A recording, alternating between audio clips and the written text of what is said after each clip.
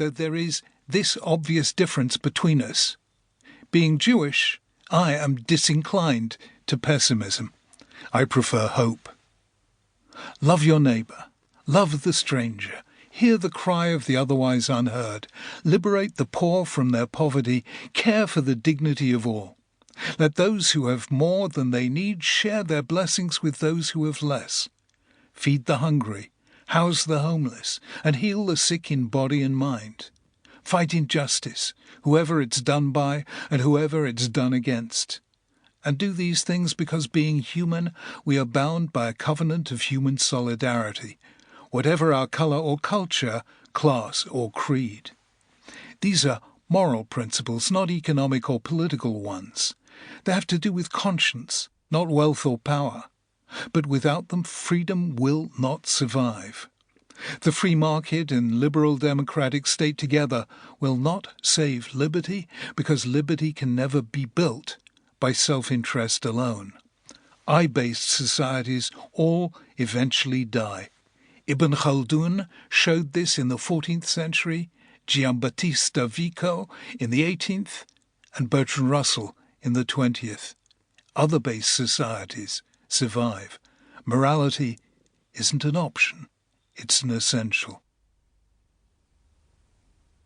Introduction. Cultural climate change. A free society is a moral achievement. Over the past 50 years in the West, this truth has been forgotten, ignored, or denied.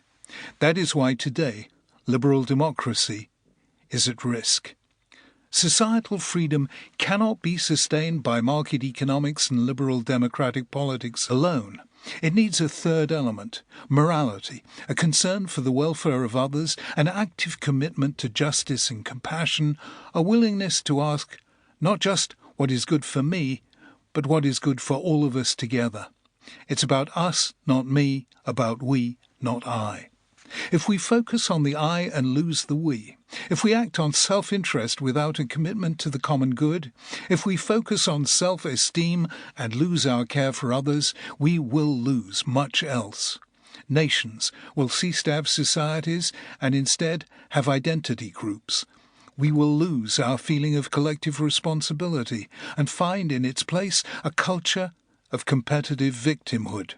In an age of unprecedented possibilities, people will feel vulnerable and alone. The market will be merciless. Politics will be deceiving, divisive, confrontational, and extreme. People will feel anxious, uncertain, fearful, aggressive, unstable, unrooted, and unloved.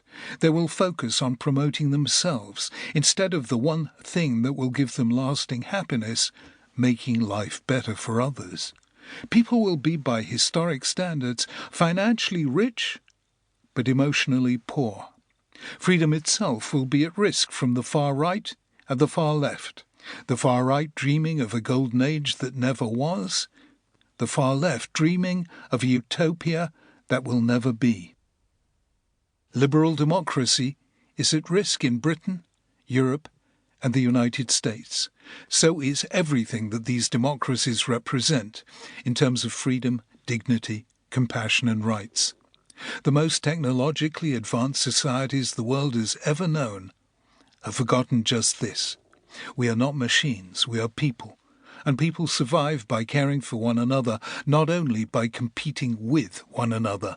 Market economics and liberal politics will fail if they're not undergirded by a moral sense that puts our shared humanity first.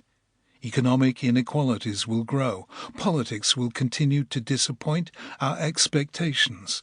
There'll be a rising tide of anger and resentment. And that, historically, is a danger signal for the future of freedom. I believe that we're undergoing the cultural equivalent of climate change, and only when we realize this will we understand the strange things that have been happening in the 21st century in the realms of politics and economics, the deterioration of public standards of truth and civil debate, and the threat to freedom of speech at British and American universities. It also underlies more personal phenomena like loneliness, depression, and drug abuse. All these things are related.